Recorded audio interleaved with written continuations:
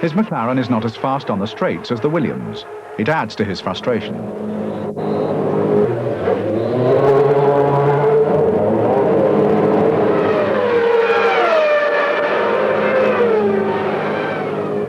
He also misjudges the number of laps he's done and comes in one too early.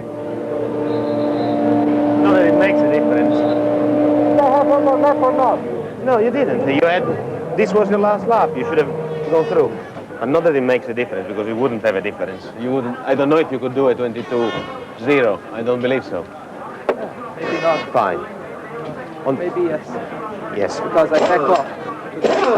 To get some time. And not that it matters. But from now on, I'm calling you the numbers of laps to go as you cross the finish line. I am calling you on the radio. Right? You got the message on the radio. I did, and I came last lap. No problem. What, balls?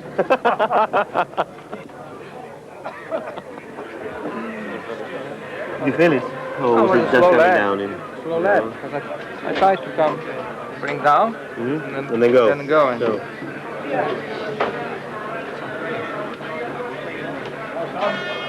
It's tough. I think when you are chasing to prove to yourself that you can win races or you can win championships, is one thing. Once you manage to do that, and therefore you know you can, you know how to do it, you know the way, and you know it's what it takes to then be faced with a situation when you can't do it is really tough.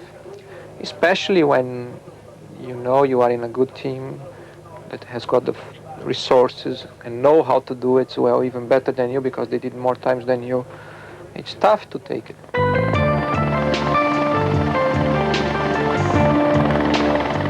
Sunday, race day.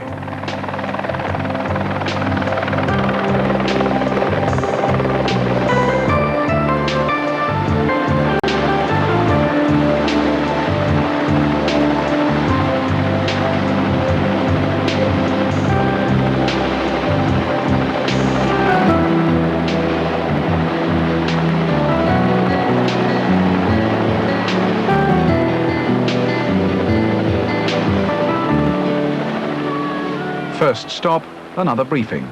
This one starts with questions about fuel. I think that we can run safely 4% leaner for the engine. And I think that the temperature is going to go up. Therefore, you will have another 2% less. So I put 130 kilograms in the car. We'll see the figures after full tank, and then we'll think about what we want to do. What? And then you'll think about what you want to do. How much you put in? 130. An unscheduled visitor interrupts the discussion. It's former teammate Gerhard Berger, a driver with a more relaxed view of pre-race briefings. Sophie. Sophie.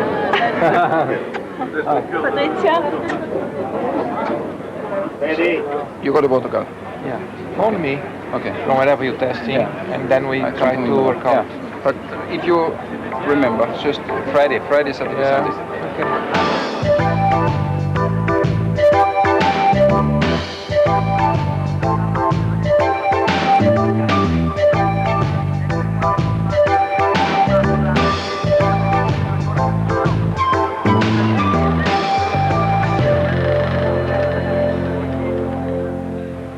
It's not long before Ayrton's 155th Grand Prix.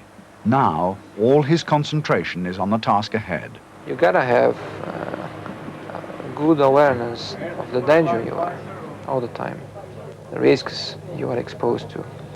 That's the only way for you to stay healthy in this activity, because otherwise you will inevitably find a bad day, you know.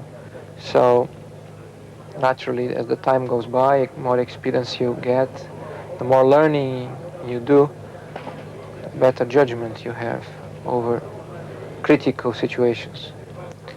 And therefore you know when you can go a little bit over the limit because you can and it's worth doing it anyway. And when you shouldn't because it's not worth, or you just shouldn't because you won't get around it. Um, so, you know, every time before I go into the car, I fear very much my health or my life. You know, I know I have a well-built car, well prepared by the mechanics, everything, but I'm using it to certain conditions that not always the car is capable of coping. And I know I can die, or I can have a tremendous impact in my future life. Therefore, it's a critical thing. It's an attractive situation because it is so much question mark into it, and you gotta use your instinct together with your experience, together with your desire to do it at a given moment. You know, it's a mixture of feelings that you have to play together, basically. A little bit of this, a little bit of that. You get the right mixture, the right taste.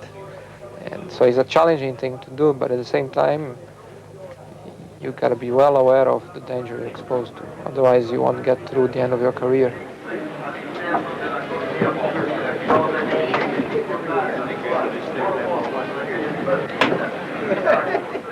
I'm alert all the time, very aware of those places and the implications. So I am sharp.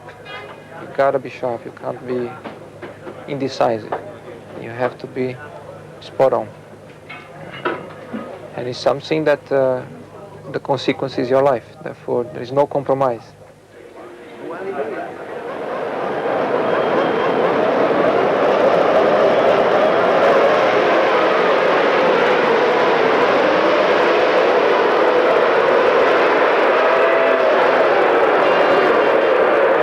It's a dramatic start for Ayrton. On the first bend, he tangles with Hills Williams.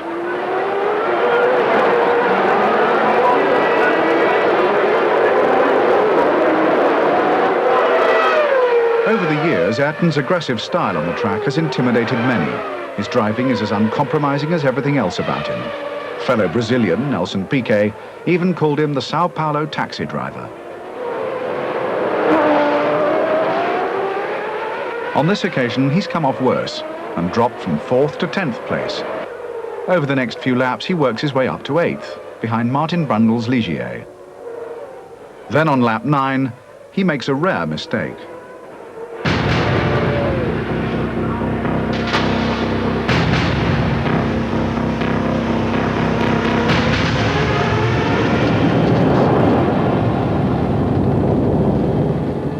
It's the end of Senna's already slim chance of the championship.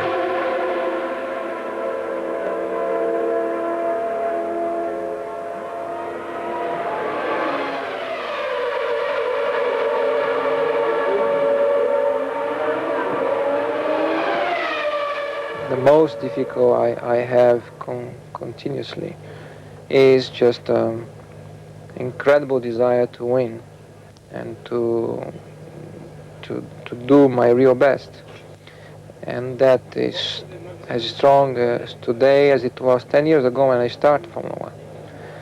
And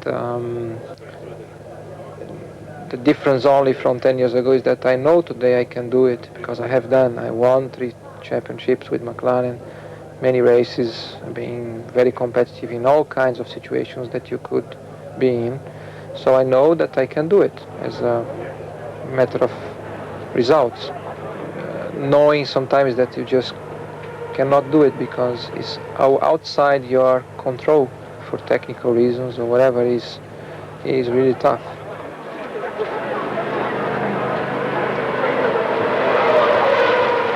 What happened? Was it brakes? Well, I don't think so. I think it was simply that I didn't have enough ability to stop the car. Okay. Huh? So look. Yeah, that's fine.